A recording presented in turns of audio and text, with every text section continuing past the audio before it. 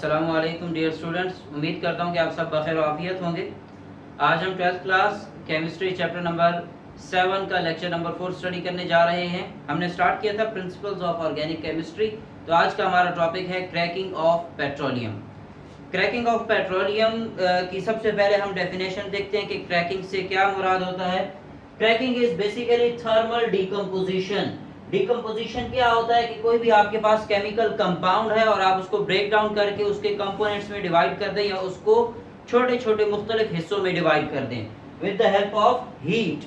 तो with the help of heat जब आप किसी चीज को स्मॉलर पार्ट्स में डिवाइड करते हैं तो आप उसको क्या कहते हैं, थर्मल डिकम्पोजिशन। किस चीज की करनी है हमने, अल्केन्स की करनी है। तो पेट्रोलियम के अंदर जो अल्केन्स हैं हमने उनकी क्या करनी है, थर्मल डिकम्पोजिशन करनी है in the absence of air.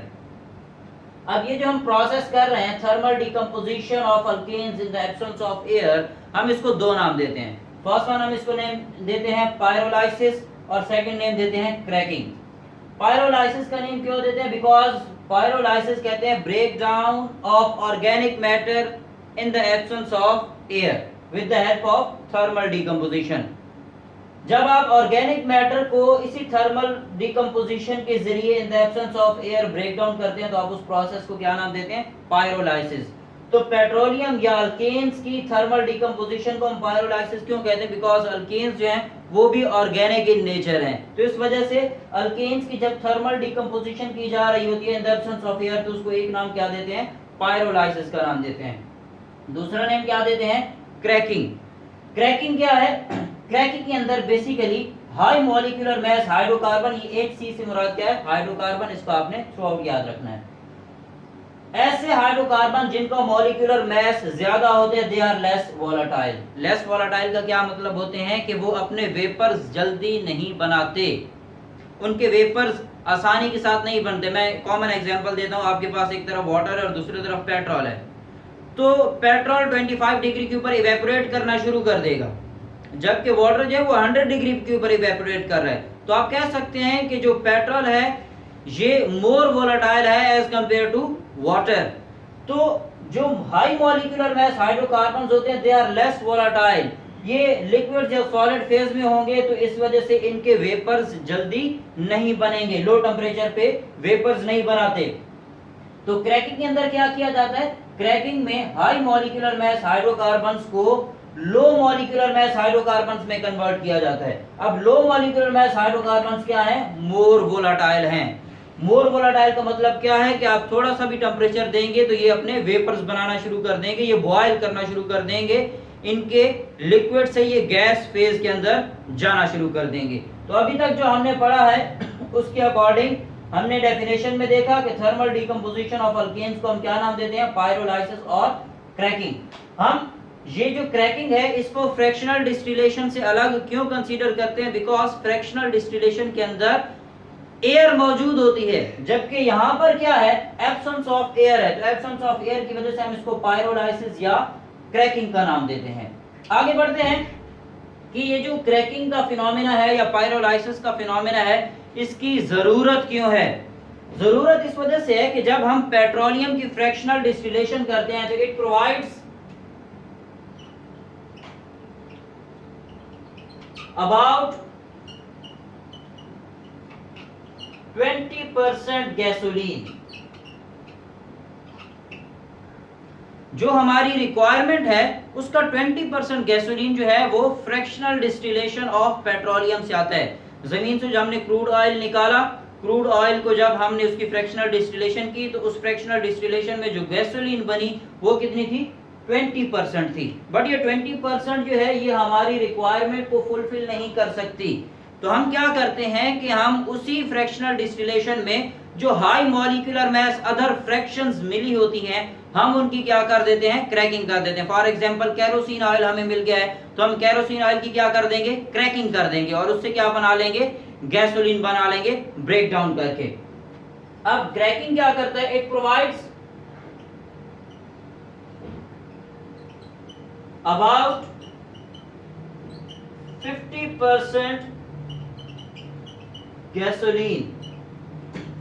हमारी रिक्वायरमेंट का जो 50% गैसोलीन है वो कहां से आता है, क्रैकिंग ऑफ पेट्रोलियम से आता है कौन से? क्रैकिंग हाई मॉलिक्यूलर मास को जब हम लो मॉलिक्यूलर मास में कन्वर्ट कर रहे होते हैं। तो ये रीजन है कि हम अपनी गैसोलीन की रिक्वायरमेंट को पूरा करने के लिए हम पेट्रोलियम और उसकी फ्रैक्शंस की क्या करना शुरू कर देते हैं?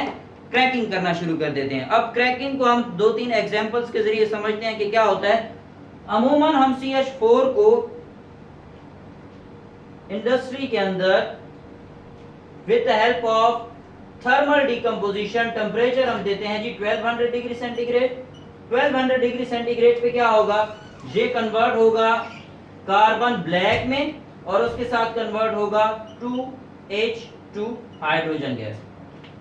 ये जो कार्बन आया है इसको हम बोलते हैं कार्बन ब्लैक।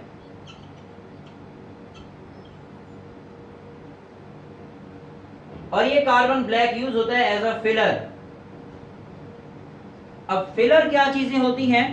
फिलर ऐसा सब्सटेंस है जो किसी भी चीज का मैस या वॉल्यूम इंक्रीज करने के लिए यूज किया जाता है। एक कॉमन एग्जांपल मैं आपको दे देता हूं। मिसाल के तौर पे हम पैनाडोल की एक गोली ले लें तो उसके अंदर जो एक्चुअल केमिकल कंपोनेंट जो हमारी बॉडी के अंदर जाके दर्द को कम करता है वो है एस्पिरिन। अब एस्पिरिन की मिकदार वो 0.0 समथिंग ग्राम के अंदर होती है, 0.025 ग्राम के अंदर होती है। तो इतनी कम मिकदार को हम पैक नहीं कर सकते। तो जब हम उसको पैक नहीं कर सकते तो हम उसके अंदर क्या ऐड करते हैं? फिलर्स ऐड करते हैं। उन फिलर से क्या होता है कि वो 0.025 ग्राम एस्पिरिन है और टोटल जो आपके पास एक टैबलेट है उसका वेट आ गया है जी 1 ग्राम। तब वो 1 ग्राम की जो मेडिसिन है उसमें 0.025 ग्राम के अलावा बाकी सारे के सारे क्या मौजूद हैं? फिलर्स मौजूद हैं जो सिर्फ और सिर्फ उस गोली का साइज बढ़ा रहे हैं ताकि हम उसको इजीली पैक कर सकें, इजीली इनटेक कर सकें। अब ये जो कार्बन ब्लैक है ये फिलर्स के तौर पे कैसे इस्तेमाल होता है? मिसाल के तौर पे हम टायर इंडस्ट्री को ले लें तो टायर बनाने के लिए क्या चीज यूज होती है? स्ट्रेंथनिंग मटेरियल यूज होता है और बाइंडिंग मटेरियल यूज होता है। अब स्ट्रेंथनिंग मटेरियल का क्या काम है कि जो टायर है वो ज्यादा पायदार बने, और बाइंडिंग मटेरियल का क्या काम है कि जो स्ट्रेंथनिंग मटेरियल है वो एक दूसरे के साथ जुड़ा रहे। अब इन दोनों को मिला के जो टायर का पूरा वॉल्यूम बनता है वो उसके अंदर जो गैप्स मौजूद हैं, एयर स्पेसेस मौजूद हैं, उन एयर स्पेसेस को कवर अप करने के लिए हम क्या यूज करते हैं? कार्बन ब्लैक को यूज करते हैं। सपोज ये आपके पास एक तरफ मैं कॉमन एग्जांपल देता हूं, एक तरफ आपके पास स्ट्रेंथनिंग मटेरियल है और दूसरी तरफ बाइंडिंग मटेरियल है। अब ये देखें ये दोनों आपस में एक दूसरे के साथ जुड़ गए हैं, बट बीच में जो एयर स्पेसेस रह गई हैं इन एयर स्पेसेस को फिल करने के लिए जो मटेरियल आप यूज करेंगे उसको आप क्या बोलते हैं? फिलर बोलते हैं। तो टायर इंडस्ट्री के अंदर कार्बन ब्लैक को यूज किया जाता है, इसी तरह शू पॉलिश में भी यूज किया जाता है, कार्बन पेपर बनाने के लिए भी इस्तेमाल किया जाता है। तो ये जो CH4 को हमने ब्रेक डाउन किया है with the help of temperature, अब ये क्या कहलाएगा? Thermal decomposition. डिकम्पोजिशन क्या है? Break down into its components. तो इसके कंपोनेंट्स क्या थे? कार्बन और हाइड्रोजन। तो हमने इसको कंपोनेंट्स में डिवाइड किया किसकी मदद से? With the help of temperature. तो ये क्या कहलाया? Thermal decomposition. और हम इसको क्या नाम दे सकते हैं? क्रैकिंग, बिकॉज इसके अंदर किसी भी तरह की एयर इन्वॉल्व नहीं है। आगे बढ़ते हैं। नेक्स्ट वन हमारे पास है इथेन।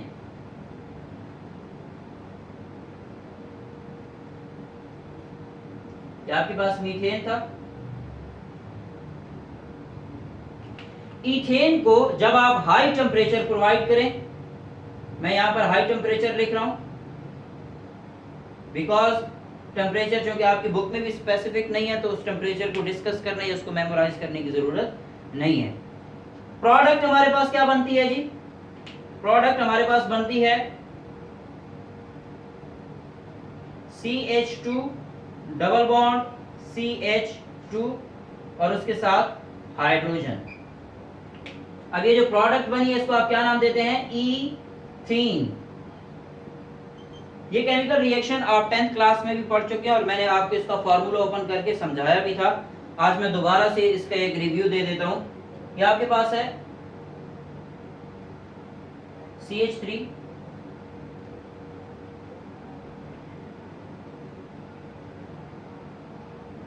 और ये दूसरे CH3 के साथ कनेक्टेड है। अब एक बात याद रखिएगा कि जब भी कोई बॉन्ड ब्रेक होना होता है तो किसी भी कार्बन की जो साइड के ऊपर हाइड्रोजन मौजूद है वहां से हाइड्रोजन को रिमूव करना ज्यादा इजी है। साइड पे ये तीनों मौजूद है, तो मैं एक लम्हे के लिए फर्ज कर लेता हूं कि जी यहां से ये जो हाइड्रोजन है इसको हमने रिमूव कर दिया। अब ये हाइड्रोजन रिमूव होने के बाद इस कार्बन के ऊपर एक इलेक्ट्रॉन फ्री हो गया है। अब आपने एक और हाइड्रोजन रिमूव करना है, तो आप कहेंगे कि सर इसकी भी साइड के ऊपर जो हाइड्रोजन मौजूद है वहां से एक हाइड्रोजन निकालना है। होता क्या है कि बेटा कार्बन ने कार्बन के साथ जो बॉन्ड बनाना है वो ज्यादा स्टेबल है एज कंपेयर टू कार्बन और हाइड्रोजन का। तो इस कार्बन ने इसको यहां से इसका ये बॉन्ड ब्रेक करवाना है हाइड्रोजन के साथ, और ये हाइड्रोजन भी यहां से अलग हो गया।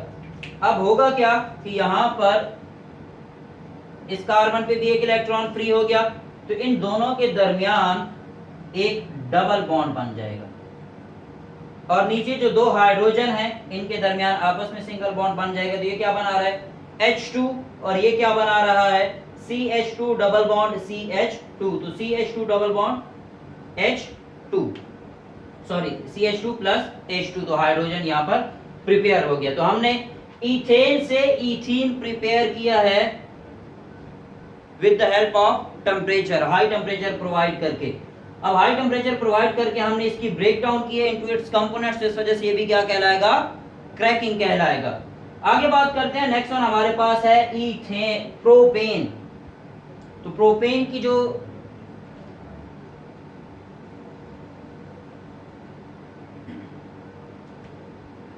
ये है जी हमारे पास प्रोपेन। प्रोपेन के हमने 2 मोल लिए हैं और अब हम इसकी ब्रेक डाउन करवा रहे हैं। तो हमारे पास जो प्रोडक्ट बनती है, मैं प्रोडक्ट पहले लिख देता हूं। हमारे पास प्रोडक्ट बनती है CH3 CH double bond CH2। उसके बाद नेक्स्ट वन जो हमारे पास प्रोडक्ट बनती है वो है जी CH2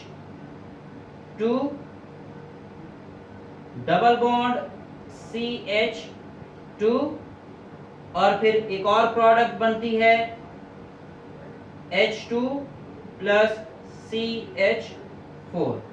ये हमारे पास प्रोडक्ट्स सारी की सारी बनती हैं। मैं नेमिंग कर देता हूं। फर्स्ट वन जो है हम इसको क्या बोलते हैं प्रोपीन,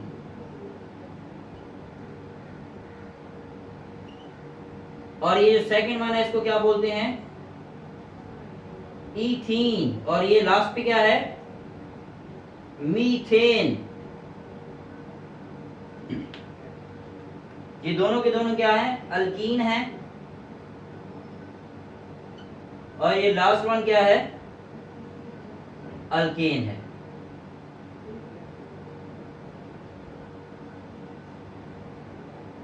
अच्छा जी, अब इसको भी जरा ओपन कर लेते हैं कि ये क्या प्रोसेस हो रहा है। ये मैं आपको डिटेल में सिर्फ इस वजह से समझा रहा हूं ताकि यहाँ पर एक बेसिक कॉन्सेप्ट है टेम्परेचर और प्रेशर से रिलेटेड जो आपको समझाना मकसूद है। तो ये देखें हमारे पास है जी कार्बन और इसके साथ हाइड्रोजन, कार्बन हाइड्रोजन और कार्बन और इसके साथ हाइड्रोजन। ये एक मॉलिक्यूल मैंने ड्रॉ कर दिया। अब यहां पर दूसरा ड्रॉ कर देता हूं, कार्बन और इसके साथ हाइड्रोजन,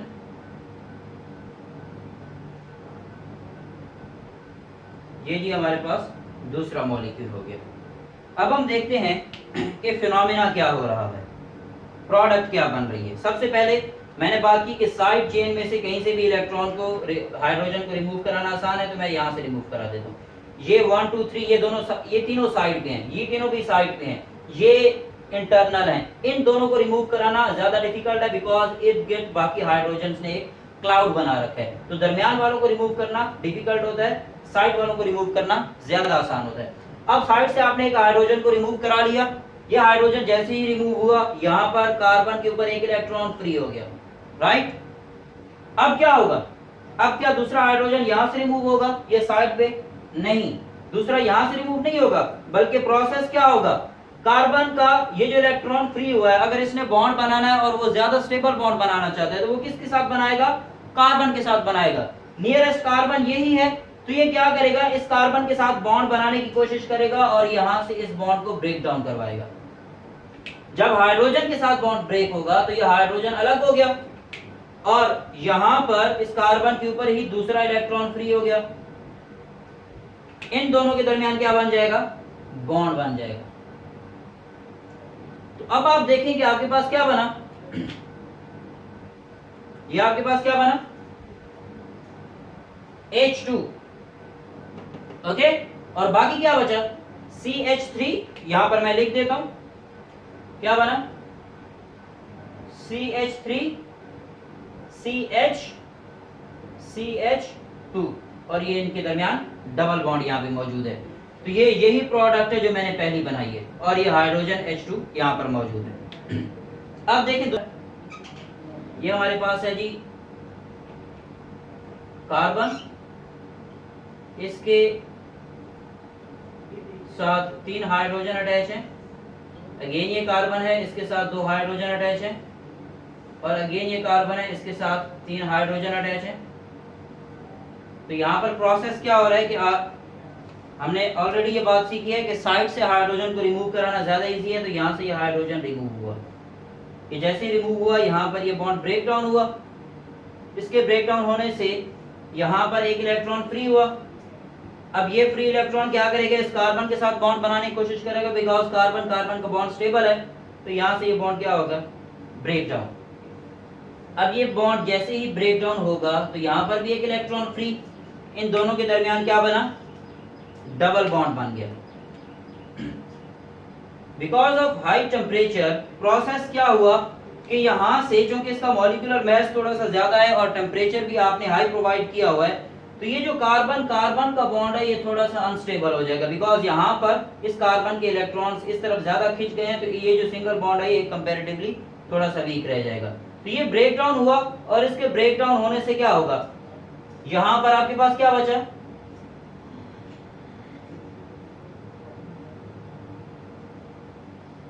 CH3, ये वाला पोर्शन ये जो आपके पास है, इसको मैंने यहां ड्रॉ किया है।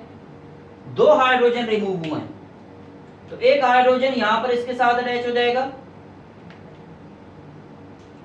ये यहां वाला ये जो हाइड्रोजन है इसके साथ अटैच हो गया और यहां पर एक इलेक्ट्रॉन इस बॉन्ड के ब्रेक डाउन होने से फ्री हुआ था, राइट। तो ये वाला हाइड्रोजन जो है वो यहां पर इसके साथ अटैच होगा और क्या बनाएगा? H C H कार्बन और ये यहां पर डबल बॉन्ड बना। तो यही फॉर्मूला ये जो मैंने यहां पर ड्रॉ किया है इसको दोबारा एज इट इज बना दिया। अब आपके पास प्रोडक्ट क्या बनी है? CH4 मीथेन और दूसरी प्रोडक्ट क्या बनी है? इथीन। एक तरफ आपके पास मीथेन बना है, दूसरी तरफ आपके पास क्या बना है? इथीन, सिमिलर कंपाउंड से। अब यहाँ पर आपके जहन में सवाल आ सकता है कि सर एक ही तरह का केमिकल कंपाउंड था, एक की ब्रेकडाउन कुछ और तरह से हुई है, दूसरी की ब्रेकडाउन कुछ और तरह से हुई है। हालांकि आपने इनको क्या किया? सिंपल हाई टेम्परेचर ही प्रोवाइड किया है। तो हाई टेम्परेचर के ऊपर दो मॉलिक्यूल्स की ब्रेकडाउन जो कि एक जैसे हैं मुख्तलिफ तरीके से क्यों हुई है? बेटा कॉमन सी एग्जांपल है, जब हम हाई टेम्परेचर प्रोवाइड करते हैं और मॉलिक्यूलर मास ज्यादा होता है, तो ज्यादा मॉलिक्यूलर मास के जो मॉलिक्यूल्स होते हैं वो कंपैरेटिवली उनकी स्टेबिलिटी जो है वो कम होती है, तो वो उनके मॉलिक्यूल्स जो हैं वो ब्रेक डाउन होते हैं और लो मॉलिक्यूलर मास में कन्वर्ट होते हैं। मुख्तलिफ क्यों हुई है? उसकी रीज़न ये है कि बेटे जी जब हम घर में भी कोई चीज़ कुकिंग करते हैं, सपोज हम चावल की कुकिंग कर रहे हैं, तो अगर हमारे पास सिर्फ 10 या 15 दाने हों जिनको हमने कुक करना हो, तो क्या उनमें से कोई जलेगा? नहीं, सबकी कुकिंग क्या रहेगी? इक्वल रहेगी। बट अगर हम बात करें कि हमने एक बहुत बड़े पतीले के अंदर चावल बनाने हैं, तो अब नीचे से टेम्परेचर तो आप सभी को एक जैसा ही दे रहे हो, लेकिन होगा क्या? जो दाने बेस के बिल्कुल करीब होंगे वो क्या हो जाएंगे? जल जाएंगे, बिकॉज उनको टेम्परेचर कुछ और मिला और जो सरफेस पे थे उनको टेम्परेचर कुछ और मिला। तो तो ये जो टेम्परेचर की वेरिएशन है, ये जो नीचे टेम्परेचर कुछ और मिल रहा है और ऊपर टेम्परेचर कुछ और मिल रहा है, तो नीचे के जो रिएक्शन है वो कुछ और तरह के है। नीचे चावल जल रहे हैं और ऊपर वाले चावल जो है वो प्रॉपर कुकिंग हो रही है। तो इसी तरह जब आप एक हाई मॉलिक्यूलर मैस हाइड्रोकार्बन लेते हैं और उसको हाई टेम्परेचर प्रोवाइड करते हैं, आप अपनी तरह से टेम्परेचर को कांस्टेंट करते हैं, बट हर एक मॉलिक्यूल तक वो टेम्परेचर उतना ही नहीं पहुंचता। नीचे के जो मॉलिक्यूल होंगे, जो बेस के करीब होंगे, उनको टेम्परेचर हाई फील होगा, उनकी ब्रेकडाउन कुछ और तरह से होगी। जो ऊपर के मॉलिक्यूल होंगे उनको टेम्परेचर कुछ और मिलेगा, उनकी ब्रेकडाउन कुछ और होगी। तो ये जो टेम्परेचर और प्रेशर के दरमियान, ये जो टेम्परेचर और प्रेशर की वेरिएशन है एरिया टू एरिया, उसकी वजह से ये जो आपके पास प्रोपेन है उसका एक मॉलिक्यूल ब्रेकडाउन कुछ यूं शो कर रहा है और दूसरा मॉलिक्यूल ब्रेकडाउन कुछ यूं शो कर रहा है। तो ये किस वजह से? Just because of temperature and pressure है। अब इसी तरह प्रोपेन के बाद आप ब्यूटेन ले लें तो ब्यूटेन से और मजीद नई प्रोडक्ट्स मिलेंगी just because of variation in temperature and pressure. जो चीज अमूमन सबसे नीचे होती है उसके ऊपर प्रेशर ज्यादा एक्सर्ट होता है, और अगर आप नीचे से हीट कर रहे हैं तो ऑब्वियसली उसको हाई टेम्परेचर और हाई प्रेशर मिलेगा एज कंपेयर टू उसी मटेरियल के ऊपर। फॉर एग्जांपल ये आपके पास 3 मॉलिक्यूल हैं और आप इनको हीट कर रहे हो, तो जो मॉलिक्यूल सबसे नीचे है, नीचे से जो कि हीट प्रोवाइड कर रहे हैं, तो इसको टेम्परेचर सबसे ज्यादा मिलेगा। अगर आपने 350 डिग्री सेंटीग्रेड टेम्परेचर रखा है तो इसको 350 मिल रहा होगा, लेकिन ऊपर वाले को कितना मिल रहा होगा? हो सकता है 340 मिल रहा हो, उससे ऊपर वाले को क्या मिल रहा होगा? 330 मिल रहा होगा। प्रेशर की बात करें तो अब देखें ये सबसे नीचे है, तो इन दोनों का मॉलिक्यूलर मास भी इसके ऊपर वजन डाल रहा है, तो इसके ऊपर प्रेशर ज्यादा है as compare to first one, क्योंकि इसके ऊपर सिर्फ वही प्रेशर है जो आपने एटमॉस्फेयर के अंदर रखा हुआ है, जबकि नीचे वाले के ऊपर इन दोनों के मॉलिक्यूलर मास का भी प्रेशर है। तो जब आप बल्क में किसी चीज को हीट कर रहे होते हैं तो उसमें टेम्परेचर और प्रेशर की वेरिएशन होती है, जिसकी वजह से उसकी जो थर्मल डीकम्पोजिशन होती है उससे मुख्तलिफ तरह की प्रोडक्ट्स मिलती हैं। आगे बढ़ते हैं नेक्स्ट वन कि जो जब हम थर्मल डीकम्पोजिशन करते हैं तो थर्मल डीकम्पोजिशन में ये जो हमें मुख्तलिफ तरह की प्रोडक्ट्स मिलती हैं, इसमें क्या क्या फैक्टर्स हो सकते हैं? तो सबसे पहली बात स्ट्रक्चर ऑफ हाइड्रोकार्बन, कि हाइड्रोकार्बन का अपना स्ट्रक्चर किस तरह से है, वो स्ट्रेट चेन है या वो ऑलरेडी ब्रांच है। अगर वो स्ट्रेट होगा तो ऑब्वियसली उसके ब्रांच मिलेगी, और अगर ऑलरेडी ब्रांच है तो उसकी ब्रांच की एक नई टाइप मिलेगी। तो जिस स्ट्रक्चर का हाइड्रोकार्बन होगा उस पे भी डिपेंड कर रहा होता है कि प्रोडक्ट किस नेचर की होगी। उसके बाद टेम्परेचर एंड प्रेशर, जैसे मैंने आपसे डिस्कस किया कि एक मॉलिक्यूल को टेम्परेचर और प्रेशर कुछ और मिल रहा था, उसकी क्रैकिंग कुछ और तरह से, उसकी प्रोडक्ट कुछ और मिली, और दूसरे का टेम्परेचर और प्रेशर कुछ और था, हालांकि सिमिलर एक एनवायरनमेंट है बट उसके अंदर भी टेम्परेचर वेरिएशन तो आती है फ्रैक्शनेटिंग कॉलम के अंदर। तो इस वजह से इसकी प्रोडक्ट्स दूसरे से मुख्तलिफ है। तो टेम्परेचर और प्रेशर भी एक फैक्टर है नेचर ऑफ प्रोडक्ट्स का। थर्ड वन कैटलिस्ट, जिस टाइप का कैटलिस्ट आप यूज करते हैं वो कैटलिस्ट एक खास डायरेक्शन के अंदर रिएक्शन को रन करता है, जिसकी वजह से प्रोडक्ट की जो अरेंजमेंट है या उसकी जो कंपोजिशन है वो वेरी कर सकती है। अब आते हैं जी टाइप्स ऑफ क्रैकिंग पे। तो सबसे पहली है जी थर्मल क्रैकिंग। थर्मल क्रैकिंग में क्या किया जाता है? थर्मल क्रैकिंग के अंदर हम एक हाइड्रोकार्बन लेते हैं, हाइड्रोकार्बन हाई मॉलिक्यूलर मास, यहां पर मैं मेंशन कर देता हूं, हाई मॉलिक्यूलर मास हाइड्रोकार्बन लिया और हमने उसकी क्या की है?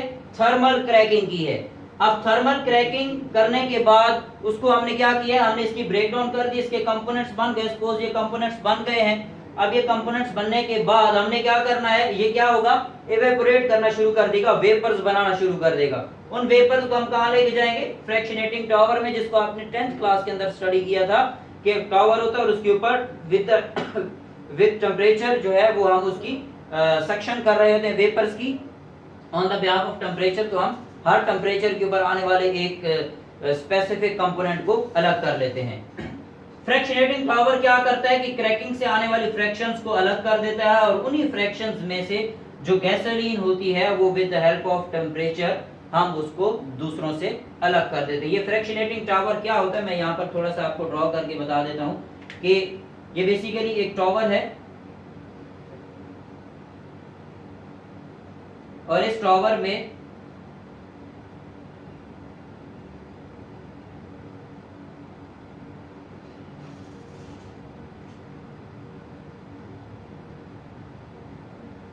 ये यहाँ पर आप रखते हैं क्रूड ऑयल, ये यहाँ पर आपने रखने हैं जी हाइड्रोकार्बन, और आपने यहाँ पर इसको क्या किया है, हीट किया है और इसकी क्या की है, क्रैकिंग की है। क्रैकिंग के बाद ये सारे के सारे यहाँ से वेपर्स बन के कहाँ जा रहे हैं, फ्रैक्शनेटिंग टावर में। फ्रैक्शनेटिंग टावर में जिसका मॉलिक्यूलर मास सबसे कम होगा वो सबसे ऊपर जाएगा, जिसका मॉलिक्यूलर मास उससे ज्यादा होगा वो उससे नीचे आएगा, जिसका मॉलिक्यूलर मास उससे भी ज्यादा होगा वो उससे नीचे, और एंड सो ऑन। जिसका बॉइलिंग पॉइंट सबसे कम होगा, सपोज 25 डिग्री सेंटीग्रेड पे जो बॉयल कर गया वो यहाँ आएगा, 60 डिग्री पे जो बॉयल कर गया वो यहाँ आएगा, 100 डिग्री पे जो बॉयल कर गया वो यहाँ आएगा, 150 डिग्री पे जो बॉयल कर दिया वो यहाँ से बाहर निकाल लिया जाएगा। तो फ्रैक्शनेटिंग टावर क्या करता है कि हाइड्रोकार्बन से निकलने वाली जितनी भी फ्रैक्शंस होती है on the behalf of their boiling point वो उनको क्या कर देता है, सेपरेट कर देता है। अब उसी में जो गैसोलीन है वो अपने कंपैरेटिव टेम्परेचर पे एक स्पेसिफिक सपोज यहाँ से ये सारी की सारी क्या निकलनी है, गैसोलीन निकलनी है। तो यहाँ से हम क्या करते हैं, सेक्शन करके गैसोलीन को निकाल लेते हैं और फिर हम उसको अपने पर्पस के लिए इस्तेमाल करते हैं। अब ये जो थर्मल क्रैकिंग है, ये थर्मल क्रैकिंग दो तरह की होती है। थर्मल क्रैकिंग आपकी लिक्विड फेज में भी होती है और थर्मल क्रैकिंग गैस फेज में भी होती है। अगर तो कंपाउंड का मॉलिक्यूलर मास करीब है गैसोलीन के मॉलिक्यूलर मास के, तो हम उसकी क्या करते हैं, लिक्विड फेज के अंदर ही क्रैकिंग कर देते हैं। लिक्विड फेज के अंदर ही हम उसको ब्रेक डाउन करते हैं और ब्रेक डाउन करके हम उसको किस में कन्वर्ट, टेम्परेचर कितना चाहिए उसके लिए हमें 475 to 530 degree centigrade temperature provide करते हैं, और प्रेशर कितना है 7 टू 70 atm इन बिटवीन हम उसको एडजस्ट कर लेते हैं। ये प्रेशर में वेरिएशन इस वजह से है कि एरिया टू एरिया, जिस एरिया में इंडस्ट्री लगी हुई है वहां पर एटमॉस्फेरिक प्रेशर जो है वो कितना है, ताकि उसके मुताबिक हम जो है प्रेशर को चेंज कर सकें। उसके बाद हम ये भी देखते हैं कि ये जो हमारे पास कंपाउंड है उसके अंदर कोई इंप्योरिटी तो नहीं मौजूद, तो उस वजह से भी टेम्परेचर प्रेशर के अंदर थोड़ी बहुत वेरिएशन करते हैं। लिक्विड फेज के अंदर जब हमने क्रैकिंग करनी है तो 475 टू 530 डिग्री सेंटीग्रेड, ये किन हाइड्रोकार्बन्स की करेंगे, जिनका मॉलिक्यूलर मास गैसोलीन के करीब है। दूसरे कौन से हैं, गैस फेज, जिनका मॉलिक्यूलर मास गैसोलीन से बहुत ज्यादा है, तो हम क्या करते हैं, हम उनको पहले हीट करके वेपर्स में कन्वर्ट करते हैं, और वेपर्स में कन्वर्ट करने के बाद उनकी क्रैकिंग करते हैं at 600 degree centigrade high temperature के ऊपर। हाई टेम्परेचर पे जब उनकी क्रैकिंग करते हैं तो प्रेशर कितना है 3.5 टू 10.5 atm के दरमियान हम प्रेशर को सेट करते हैं और इसकी क्रैकिंग करते हैं। ये जो गैस फेज है हम इसको स्टीम के अंदर डिटेल के अंदर स्टडी करेंगे स्टीम क्रैकिंग में। थर्मल क्रैकिंग जो है, इसके बाद नेक्स्ट वन आता है कैटालिटिक क्रैकिंग। कैटालिटिक क्रैकिंग के अंदर जो मेन कंपोनेंट है वो क्या है, कैटालिस्ट। हम यहाँ पर क्रैकिंग करेंगे with the help of catalyst. एक बात मैंने आपको प्रीवियसली 9th-10th में भी समझाई है और अब दोबारा से आपको बता रहा हूँ, वो ये कि जब हम किसी भी केमिकल रिएक्शन के अंदर कैटालिस्ट को यूज करते हैं तो कैटालिस्ट की प्रेजेंस की वजह से उस रिएक्शन के लिए जो रिक्वायर्ड टेम्परेचर और प्रेशर है वो कम हो जाता है। वो क्या हो जाता है, कम हो जाता है। अब वो कम टेम्परेचर और प्रेशर किस वजह से होता है, just because of presence of catalyst. यहाँ देखें, आपने कैटालिस्ट यूज नहीं किया तो टेम्परेचर और प्रेशर, टेम्परेचर कितना है 475 टू 530 और 600 डिग्री सेंटीग्रेड। यहाँ पर आप कैटालिस्ट यूज कर रहे हैं तो यहाँ पर टेम्परेचर और प्रेशर इतना ज्यादा नहीं चाहिए। कैटालिस्ट कौन कौन से यूज करते हैं, कैटालिस्ट हम यूज करते हैं silica and alumina. Silica SiO2 और एल्यूमिना जब ये दोनों मिक्स होते हैं तो एल्यूमिनियम सिलिकेट बनाते हैं। फार्मूला मैंने यहाँ पर लिख दिया, आपकी बुक में नहीं लिखा हो, नोट कर लीजिएगा। अब ये जो कैटालिस्ट की मदद से हम क्रैकिंग करते हैं, इसका सबसे ज्यादा बेनिफिट क्या है। सबसे पहली बात, हमारी जो टेम्परेचर के ऊपर कॉस्ट आनी है वो बहुत ज्यादा कम हो गई। दूसरी बात, जो हम गैसोलीन प्रोड्यूस करते हैं वो हाई ऑक्टेन नंबर का होता है। ऑक्टेन नंबर क्या है, इसको हमने नेक्स्ट लेक्चर के अंदर डिस्कस करना है। फिर अब मैं ऑक्टेन नंबर को ऐसे डिफाइन करूंगा कि यहाँ पर जो गैसोलीन हमें मिलेगा वो ज्यादा फाइन क्वालिटी का होता है। तो कैटालिटिक क्रैकिंग जो है, एक तो हमारी कॉस्ट को कम करता है और दूसरा जो गैसोलीन मिल रहा है वो ज्यादा अच्छी क्वालिटी का मिल रहा है। लास्ट पे आता है स्टीम क्रैकिंग। स्टीम क्रैकिंग में क्या होता है कि जो हाइड्रोकार्बन हाई मॉलिक्यूलर मास के, सपोज हमारे पास जो है अगर केरोसिन ऑयल है या डीजल ऑयल है या फ्यूल ऑयल है, हमने उसकी क्रैकिंग करनी है तो फ्यूल ऑयल की क्रैकिंग करने के लिए हम क्या करेंगे, स्टीम क्रैकिंग करेंगे। सबसे पहले हमने क्या करना है, हाइड्रोकार्बन को हीट करना है हाई टेम्परेचर पे। जब हम इसको हीट करेंगे तो इसके क्या बनेंगे, वेपर्स बनेंगे। जब इसके वेपर्स बनेंगे तो हम उन वेपर्स को स्टीम के साथ मिक्स करेंगे। स्टीम क्या होता है? वाटर को जब हम बॉयल करते हैं तो वो गैस फेज में जाता है। तो गैसियस फेज के अंदर जब वाटर मौजूद होता है तो हम उसको क्या बोलते हैं? स्टीम बोलते हैं। तो हमने क्या किया है कि हाइड्रोकार्बन के वेपर्स बनाए, यानी कि इसको गैस फेज में लेके गए और उसको किसके साथ मिक्स किया? वाटर की गैस फेज यानी कि स्टीम के साथ मिक्स किया। स्टीम के साथ मिक्स करने का पर्पस ये होता है कि जब hydrocarbon water molecule, hydrocarbon water molecule, hydrocarbon water molecule, तो उसकी ब्रेक डाउन ज्यादा इजी हो जाएगी। सपोज ये आपके पास हाइड्रोकार्बन का एक मॉलिक्यूल है ब्लू कलर वाला। अब जब आप इसको स्टीम के साथ मिक्स करते हो तो इसके साथ पानी का एक मॉलिक्यूल आ गया। अगेन क्या हुआ? ये आपके पास हाइड्रोकार्बन आ गया। अगेन क्या हुआ? वाटर का मॉलिक्यूल आ गया। तो स्टीम के साथ मिक्स करने से जो हाइड्रोकार्बन्स हैं उनके मॉलिक्यूल्स के दरमियान डिस्टेंस बढ़ जाता है। तो उससे होगा क्या कि जब आप इसको टेम्परेचर प्रोवाइड करोगे तो टेम्परेचर क्या करेगा? इन मॉलिक्यूल्स को इजीली ब्रेक डाउन कर पाएगा। अगर ये तीनों इकट्ठे हो जाएं, अगर सपोज हाइड्रोकार्बन्स ही सिर्फ वेपर फेज में हो और आप इनको हीट करना शुरू करें, तो हीट करने से क्या होगा? कोई एक मॉलिक्यूल ब्रेक डाउन होगा या दो मॉलिक्यूल ब्रेक डाउन होंगे, कोई एक फिर एज इट इज रह जाएगा। तो अब यहाँ पर हम करते क्या है कि वाटर के साथ मिक्स करके इनके दरमियान थोड़ा सा गैप पड़ जाता है। जब हम इसको हाई टेम्परेचर पे हीट करते हैं और इमीडिएट कूल करते हैं तो उससे क्या होते हैं? लो मॉलिक्यूलर मास हाइड्रोकार्बन्स मिलते हैं। तो जब हमें लो मॉलिक्यूलर मास हाइड्रोकार्बन्स चाहिए होते हैं, जिनमें one of them is gasoline और ब्यूटेन है या ईथर है या कुछ भी ऐसा चाहिए होता है, तो हम क्या करते हैं? स्टीम क्रैकिंग करते हैं। लेकिन स्टीम क्रैकिंग किसकी की जाती है? जो हाई मॉलिक्यूलर मास हाइड्रोकार्बन्स होते हैं। यहाँ तक हमारा टॉपिक मुकम्मल हुआ। बोथ पॉइंट ऑफ व्यू से बहुत इंपॉर्टेंट है और इसमें से शॉर्ट क्वेश्चन के तौर पे थर्मल क्रैकिंग कई मर्तबा पूछा गया है। आपने इन तीनों क्रैकिंग के जो प्रोसेस हैं इनको अच्छे से याद करना है। उसके बाद जो डेफिनेशन है इसको आपने as a short question prepare करना है। What is meant by pyrolysis और क्रैकिंग। तो ये दो डेफिनेशंस हैं, इन दोनों को मैंने यहाँ पर एक्सप्लेन कर दिया है। आज का जो लेक्चर था इसमें चंद एक कॉन्सेप्ट्स मैंने आपको दिए हैं जो कि आपके फर्दर जो हम डिस्कशंस करेंगे चैप्टर नंबर 8 के अंदर उसके लिए बहुत ज़्यादा इंपॉर्टेंट थी। तो इंशाल्लाह मुलाकात होगी नेक्स्ट लेक्चर में जिसमें हम रिफॉर्मिंग को पढ़ेंगे। तब तक के लिए अल्लाह हाफिज़।